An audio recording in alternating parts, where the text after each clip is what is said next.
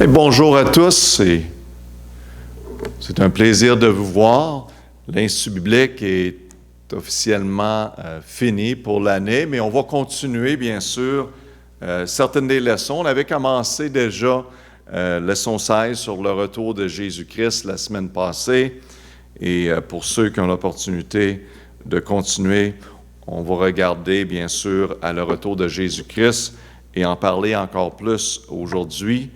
On va commencer avec une cantique, la B-I-B-L-E, quel livre merveilleux. Donc, si vous avez votre Bible, allons-y, levons la Bible. La B-I-B-L-E, quel livre merveilleux.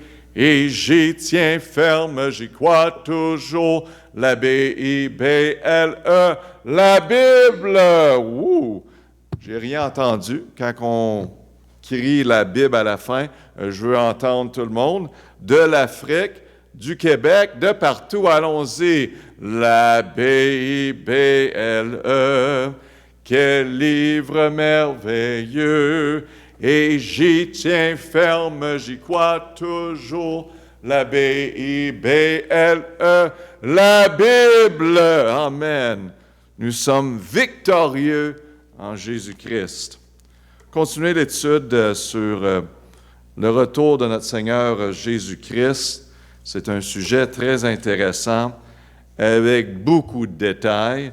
Et notre but, c'est de garder les choses simples. Et avec le temps, bien sûr, on va avoir des cours dans les années qui s'en viennent sur le sujet qui va rentrer en détail. Donc, nous, notre but, c'est vraiment de voir un peu qu'est-ce qui va se passer durant ce temps en la bonne ordre. Donc, le retour de Jésus-Christ qu'on a parlé la semaine passée, de la promesse du retour, et on a parlé de la première venue versus la deuxième venue. La première venue de Jésus-Christ, c'est quand que Jésus-Christ est venu en tant que bébé et est venu comme sauveur, crucifié, il a été ressuscité. Donc ça, c'est la première venue de Jésus-Christ. Et on a regardé toutes les prophéties de l'Ancien Testament et qui étaient mentionnées à propos de la première venue et qui étaient accomplies dans le Nouveau Testament. C'est merveilleux de voir toutes les prophéties accomplies à travers de la parole de Dieu. On a aussi parlé de la deuxième venue du Seigneur Jésus-Christ et c'est bien été démontré dans 2 étapes. Et c'est quand que le Seigneur va retourner. Et on va avoir premièrement l'enlèvement que nous avons discuté la semaine passée et aussi nous allons avoir la manifestation du Seigneur Jésus-Christ par la suite. Donc, il y a une période de 7 ans mentionnée dans les Écritures entre l'enlèvement et la manifestation de Jésus-Christ. L'enlèvement, c'est Christ vient pour ses saints, il vient nous chercher.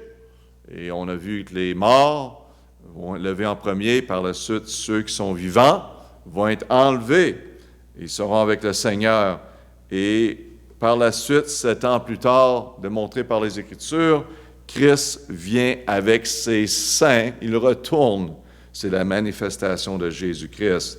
Donc, on va continuer. On a parlé la semaine passée de l'enlèvement des saints. Et on a regardé à ces versets. Maintenant, nous allons regarder à la deuxième étape du retour de Jésus-Christ. C'est la manifestation de Jésus-Christ. On va prier, Père éternel. Je te remercie pour les Écritures. Père, ce sujet du retour de notre Seigneur est vraiment le prochain événement qui s'en vient. Bien sûr, l'enlèvement, par la suite, le retour. Père, aide-nous à travers de ça, de réaliser que c'est bientôt et de s'occuper à ton œuvre. Père, bénis notre temps ensemble dans ta parole. On prie au nom de Jésus. Amen. Donc, la deuxième étape du retour de notre Seigneur Jésus-Christ, c'est la manifestation.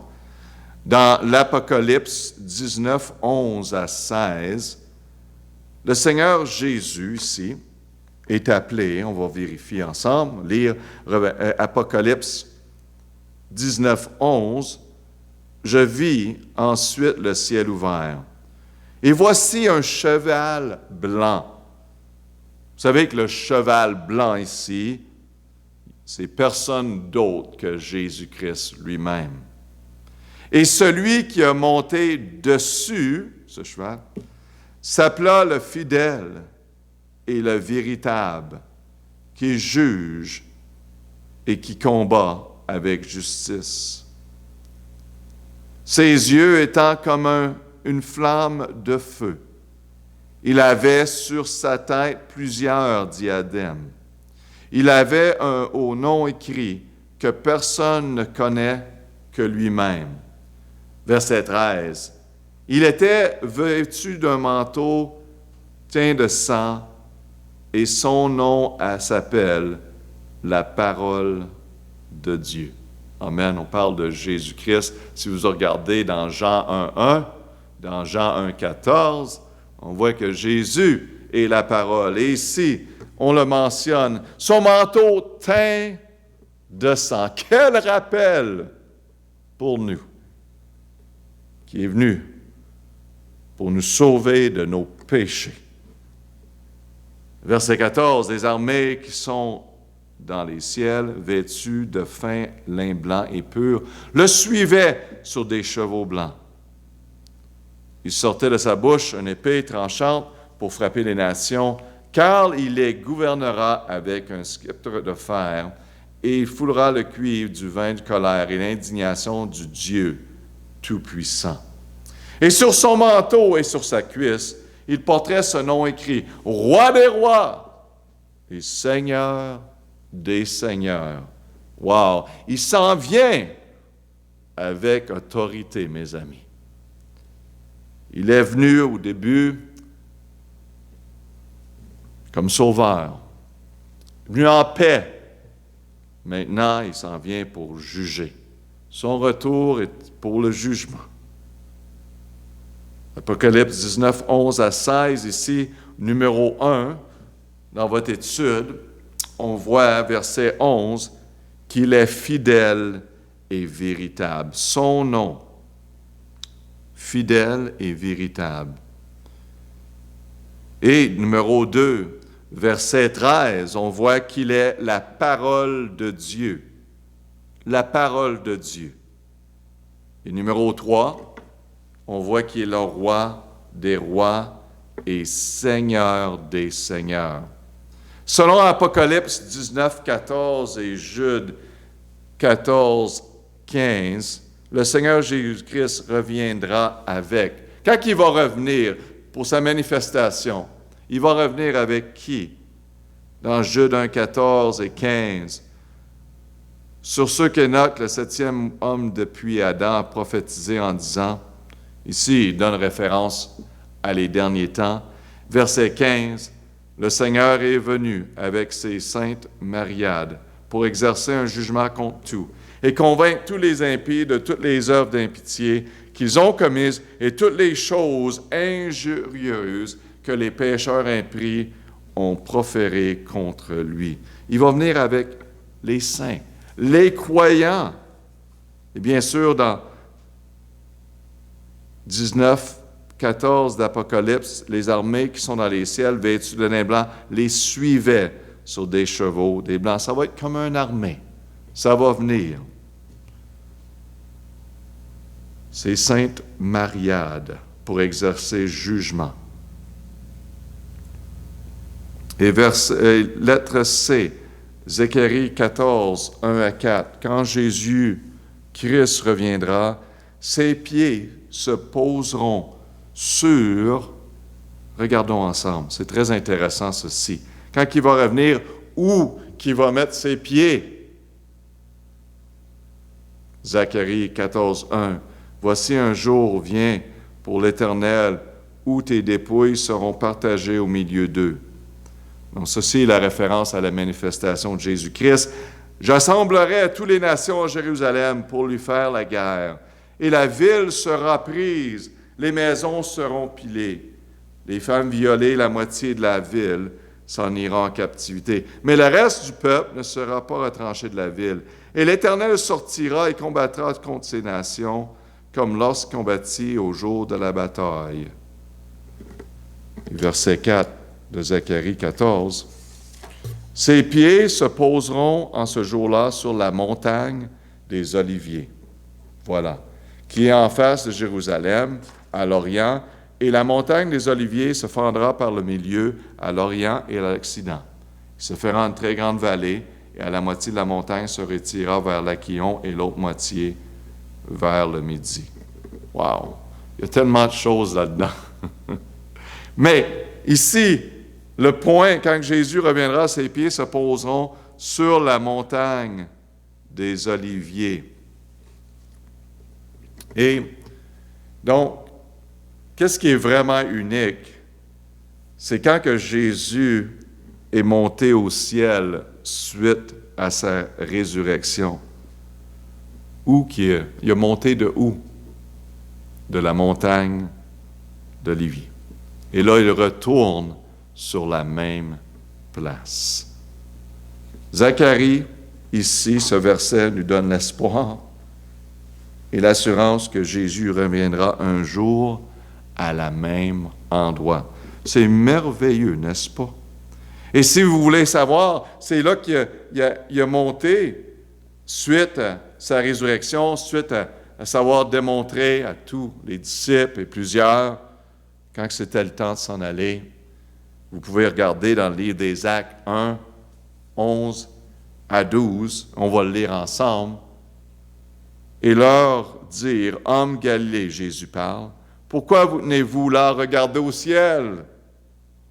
Ce Jésus qui a été enlevé d'avec vous dans le ciel reviendra de la même manière que vous l'avez vu monter au ciel. » Alors il se retourne à Jérusalem dans la montagne dite des Oliviers, qui est près de Jérusalem, une distance où ça va. La façon qu'il a monté, c'est la façon qu'il va descendre. Ça a été bien dit, et c'est ça qui va arriver. Lettre D, 2 Thessaloniciens 1, 7 à 10, la manifestation de Jésus-Christ sera un temps. Regardez bien, quelle sorte de temps que ça va être. Dans 2 Thessaloniciens 1, 7 à 10, « Et le repos avec nous. Et vous qui êtes affligés, lorsque le Seigneur Jésus apprêtera du ciel avec ses anges de sa puissance, dans un feu flamboyant, pour exercer la vengeance contre ceux qui ne connaissent point Dieu et qui n'obéissent pas à l'Évangile de notre Seigneur Jésus-Christ, et subiront leur peine, une perdition éternelle, par la présence du Seigneur et par sa puissance glorieuse, lorsqu'il viendra pour être glorifié en ce jour-là dans ses saints et admiré de tous ceux qui auront cru, quand vous avez cru à notre témoignage. » Donc ici, la manifestation de Jésus-Christ est un temps de peine et de perdition. Il revient pour juger le monde. Donc, le deuxième sujet, c'est l'enlèvement et la manifestation. Qu'est-ce qui se passe entre les deux? L'enlèvement se passe un instant, comme on a mentionné. Le son de la trompette, on ne sait pas quand, mais le Seigneur va venir pour chercher les saints et enlever les croyants, morts et vivants. On va être enlevés. Et par la suite, il va y avoir une période de temps qu'on parle de 7 ans. Donc, l'enlèvement, c'est le prochain événement qui va se faire. On ne sait pas quand, on sait que c'est proche. Et par la suite, on tombe dans une période de 7 ans qui est reconnue comme la tribulation ou la grande tribulation. Et par la suite, c'est la manifestation où Jésus s'en vient sur le mont d'Olivier. Mais la période de 7 ans, il y a des choses qui vont se passer. La période suite à l'enlèvement, il va y avoir le faux prophète qui va se manifester, l'Antichrist. Et cette période est mentionnée ici. Daniel, le prophète de l'Ancien Testament, indique qu'il y aura une période de 7 ans, les deux étapes. Et la deuxième venue de Jésus-Christ, Daniel 9, 24, nous parle d'une période de durée de 70 semaines. Et dans Daniel 9, 25, nous montre que ces semaines sont des semaines d'années et des périodes de 7 ans. Donc, ça parle de... dans les notes, je vais tout vous spécifier les détails. Je crois qu'ici, dans notre étude, sont mentionnés, mais ça pourrait être plus clair. Donc, on parle de la 70 semaines qui est encore à venir, et les semaines représentent les années. Donc, on est rendu dans la 70e semaine, la 70e semaine qui va se passer, c'est la période de la tribulation. La tribulation va durer 7 ans et sera l'accomplissement de la 70e semaine qu'on attendait. À date, les 69 semaines ont été accomplies. La 70e semaine, qui représente 7 ans, sera accomplie et sera divisée en 2 parties. Et il faut regarder tous les chiffres ensemble. Et on a les 42 mois qui sont décrits ici dans la parole de Dieu. Et on va lire certains de ces versets. Mais assurez-vous que je vais vous écrire en détail pour que vous pouvez voir vous-même, parce qu'il y a trop d'informations sur ce sujet qui est très important, bien sûr. Dans Daniel, on va en lire un peu, 9, 24. 70 semaines sont déterminées sur ton peuple et sur ta ville sainte pour enfermer la rébellion, pour sceller le péché, pour expier l'iniquité, pour amener la justice éternelle, pour sceller la vision et la prophète, et pour joindre les saints des saints. Donc ici, cette semaine-là est là pour accomplir un but. Et si vous me dites, c'est quoi le but? Je vous dis, le but de ces 7 ans-là est pour déterminer ton peuple sur les villes, pour enfermer la rébellion, pour sceller le péché, pour expier l'iniquité, pour amener la justice et l'éternel, pour sceller la vision des prophètes, et pour oindre les saints des saints. Voici la raison pour ce temps-là. Ça va être un temps difficile. Ça va être un temps de grande déception.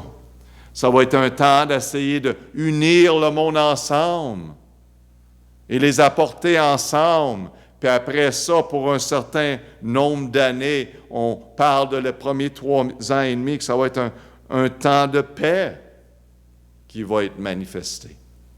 Et quelqu'un va venir, un antichrist, pour essayer de démontrer la paix. Et par la suite, tous les rideaux vont être ouverts. Et ça va être évident qu'ils sont là pour un seul but. Et le but, c'est de détruire. Verset 25. « Sachez le don et comprends. » Très bien. « Depuis l'émission de la parole ordonnant de retourner, de rebâtir Jérusalem jusqu'au Christ, le conducteur, il y a 7 semaines et 62 semaines. La place et les fossés seront établis, mais un temps fâcheux.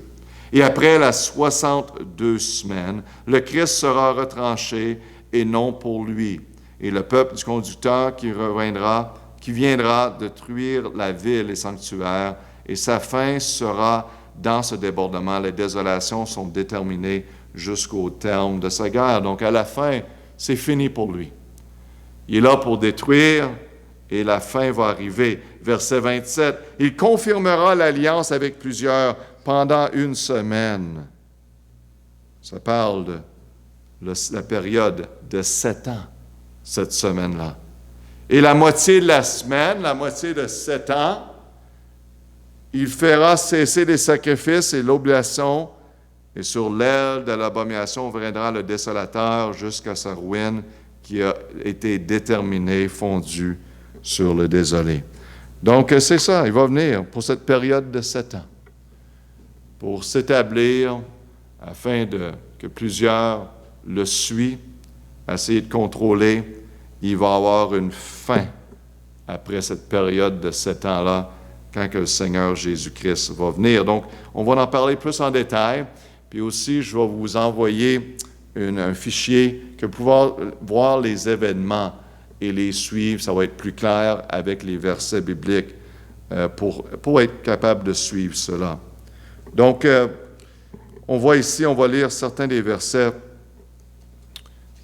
dans la parole de Dieu, dans Daniel 7, 24 à 26.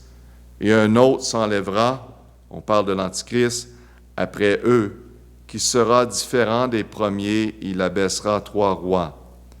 Et il prononcera des paroles contre le souverain.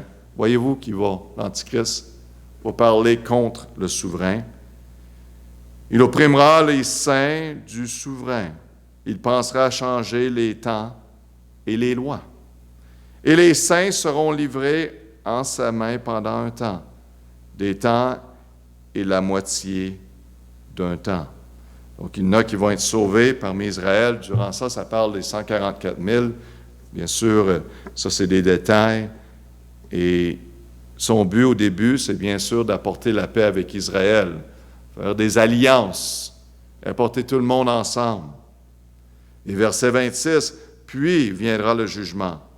Et on lui ôtera sa domination. Après cet temps, c'est fini, pour le détruire et le faire périr jusqu'à la fin. Ça finit bien pour nous. Et c'est ça qui va arriver. Dans l'Apocalypse 11, 2, on parle de ces périodes-là de 3 ans et demi, qui sont de 42 mois.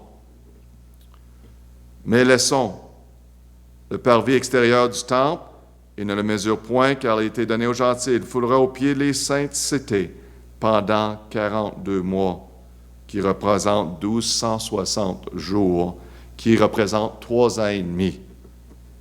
Et je donnerai à mes 2 témoins des prophétisés vêtus de sac durant 1260 jours, qui est 42 semaines, qui est 3 ans et demi. Et on lui donna une bouche qui disait des grandes choses et des blasphèmes. On lui donnera le pouvoir de faire la guerre pendant 42 mois.